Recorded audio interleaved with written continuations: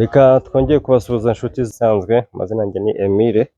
Twongeye tubakorera urugendo aho twabazaniye inzu iri kugurishwa, turi Kanombe ahazwi nka Nyarugunga. Ni iminota nk'itanu rero n'imodoka uvuye kuri Kanombe International Airport, aho tuzanye inzu nshyashya iri kugurishwa miliyoni 85, ariko ari discutable, ni igiciro cyakumvikanwa mu gihe wabaye interese kugura iyi nzu.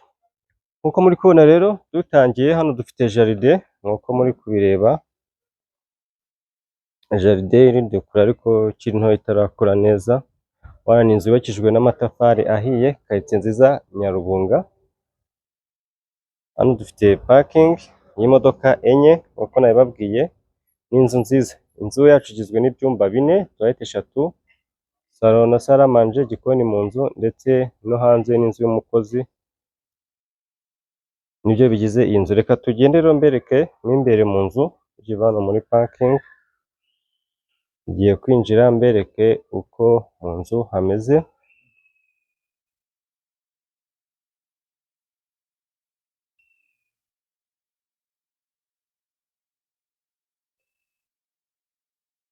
Dutangiye hano dufite bariko, ahangaha ushobora kuza ukahashyira intebe ukajya wicara hanze mu gihe udashaka kwicara mu nzu cyangwa ushaka kwifatira akayaga hanze. Ni inzu rero ifite design nziza nkuko mwagenda mubibona kuri video.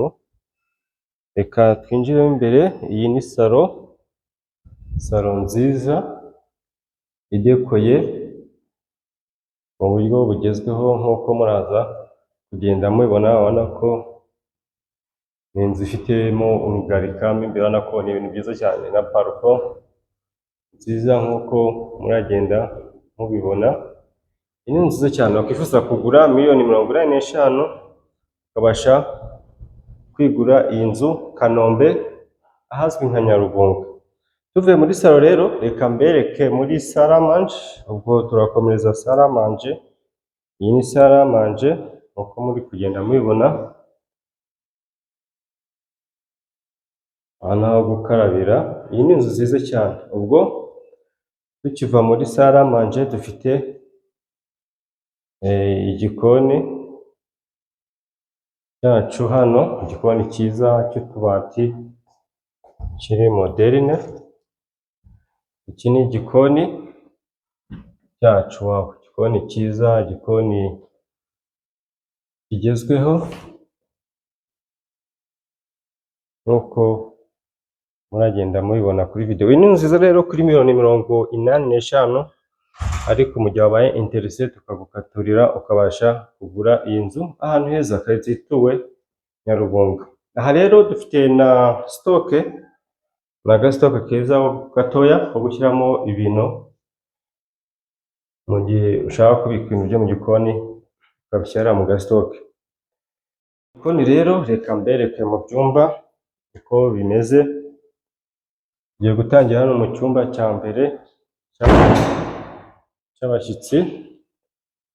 Iki ni cyo cyumba cya mbere, uri kukibona.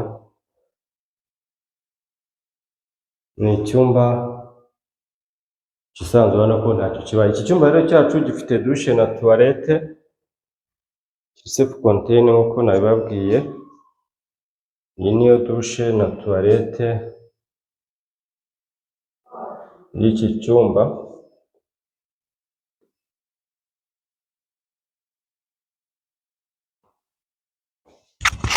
Gifite douche na toilette. Ubwo tuvuye hano bato tujya kureba ibindi byumba uko nabyo bimeze,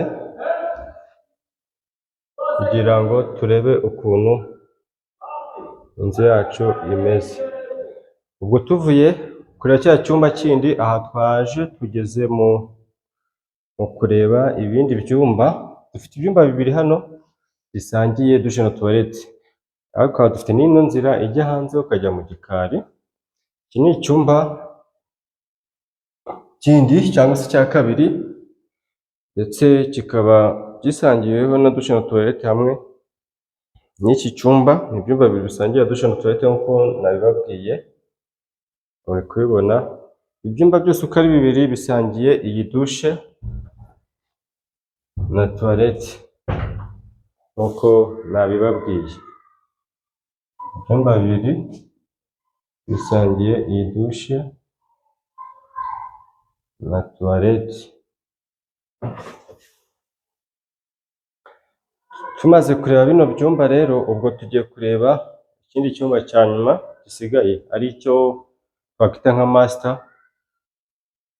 master room. Ubu hano turi muri master.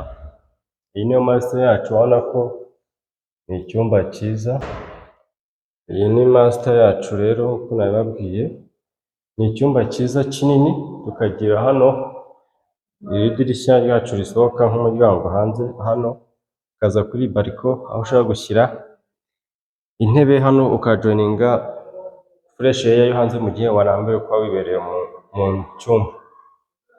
Ubwo hano rero reka mbereke, ubwo tugiye muri dushe na tuwarete bya master. Wow, hano rero dufite akabati cyangwa garderobe. Wow, iyi ni garderobe yacu, wagushyiramo imyenda. Ubona ko ni ibintu byiza cyane. Ubwo reka mbereke,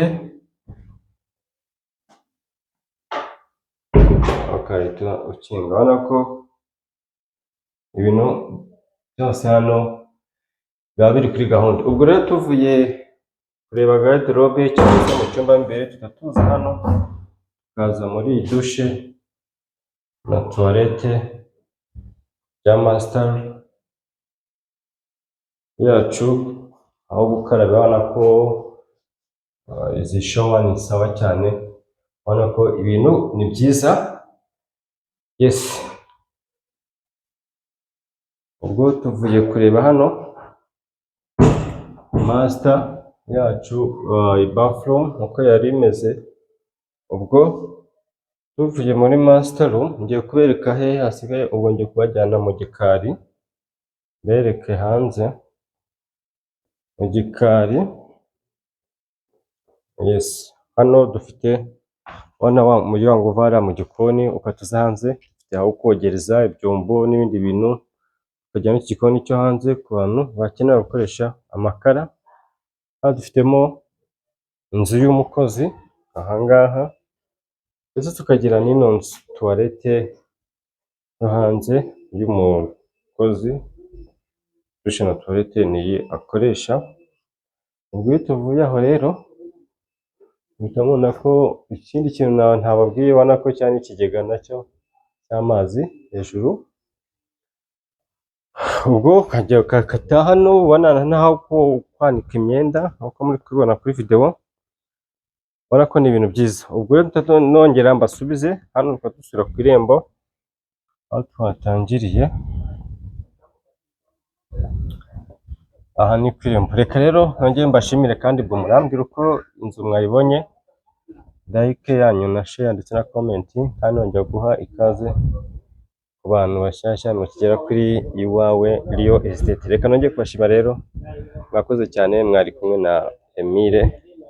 Mukomeze mubane natwe, tubafite ibintu byinshi bitandukanye aha ngaha.